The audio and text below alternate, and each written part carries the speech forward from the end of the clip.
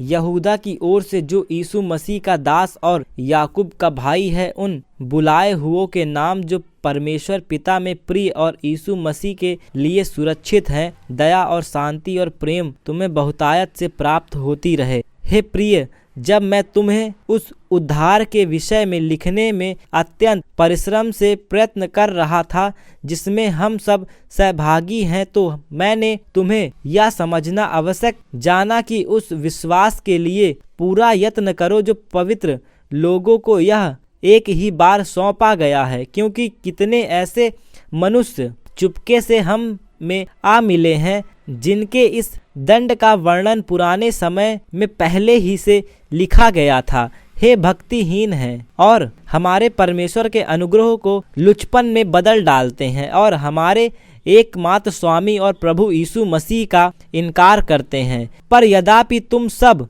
एक बार जान चुके हो, तो भी मैं तुम्हें इस बात की सुधि दिलाना चाहता हूँ कि प्रभु ने एक कुल को मिस्र देश से छुड़ाने के बाद विश्वास न लाने वाले को नष्ट कर दिया। फिर जिन स्वर्गदूतों ने अपने पद को स्थिर न रखा वरन अपने निज निवास को छोड़ दिया, उसने उनको भी उस भीषण दिन के न्याय के लिए अंधकार में, जो सदा काल के लिए है, बंधक में रखा है। जिस रीति से सदोम और अमोरा और उनके आसपास के नगर जो इसके समान व्यभिचारी हो गए थे और पराये शरीर के पीछे लग गए थे, आग के अनंत दंड में पकड़कर दृष्टांत ठहरे हैं, उसी रीति से ये स्वप्नदर्शी भी अपने अपने शरीर को अशुद्ध करते और प्रभुता को तुच्छ जानते हैं और ऊंचे पद वालों को बुरा भला कहते हैं। परंतु प्रधान स्वर्गदूत मिकाइल ने जब शैतान से मूसा के शव के विषय में वाद विवाद किया तो उसको बुरा भला कह के दोष लगाने का साहस ना किया, पर यह कहा, प्रभु तुझे डांटे। पर ये लोग जिन बातों को नहीं जानते उनको बुरा भला कहते हैं और जिन बातों को अचेतन पशु के समान स्वभाव ही से जानते हैं उनमें अपने आप को नष्ट करते हैं। उन पर हाय, क्योंकि वे कैन सी चाल चलते और मजदूरी के लिए बिलाम के समान भ्रष्ट हो गए हैं और कुराह के समान विरोध करके नष्ट हुए हैं। ये तुम्हारी प्रेम सभाओं में तुम्हारे साथ खाते पीते समुद्र में छिपी हुई चट्टान सरीखे और बेधड़क अपना ही पेट भरने वाले रखवाले हैं। वे निर्जल बादल हैं जिन्हें हवा उड़ा ले जाती है, पतझड़ के निष्फल पेड़ हैं जो 2 बार मर चुके हैं और जड़ से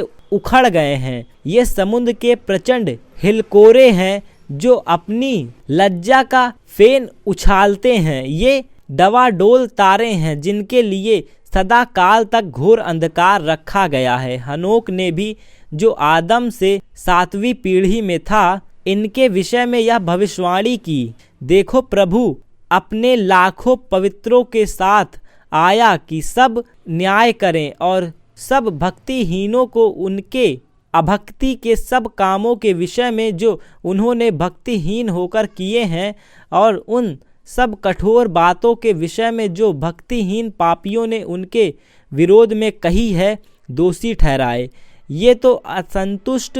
कुड़कुड़ाने वाले और अपनी अभिलाषाओं के अनुसार चलने वाले हैं और अपने मुंह से घमंड की बातें बोलते हैं और वे लाभ के लिए मुंह देखी हुई बढ़ाई किया करते हैं। पर हे प्रियो, तुम इन बातों को स्मरण रखो जो हमारे प्रभु यीशु मसीह के प्रेरित पहले ही कह चुके हैं। वे तुमसे कहा करते थे, पिछले दिनों में ऐसे ठट्ठा करने वाले होंगे जो अपनी अभक्ति की अभिलाषाओं के अनुसार चलेंगे। ये वे हैं जो फूट डालते हैं, ये शारीरिक लोग हैं जिनमें आत्मा नहीं। पर हे प्रियो, तुम अपने अति पवित्र विश्वास में उन्नति करते हुए और पवित्र आत्मा में प्रार्थना करते हुए अपने आप को परमेश्वर के प्रेम में बनाए रखो और अनंत जीवन के लिए हमारे प्रभु यीशु मसीह की दया की बाट जोहते रहो। उन पर जो शंका में है दया करो और बहुतों को आग में से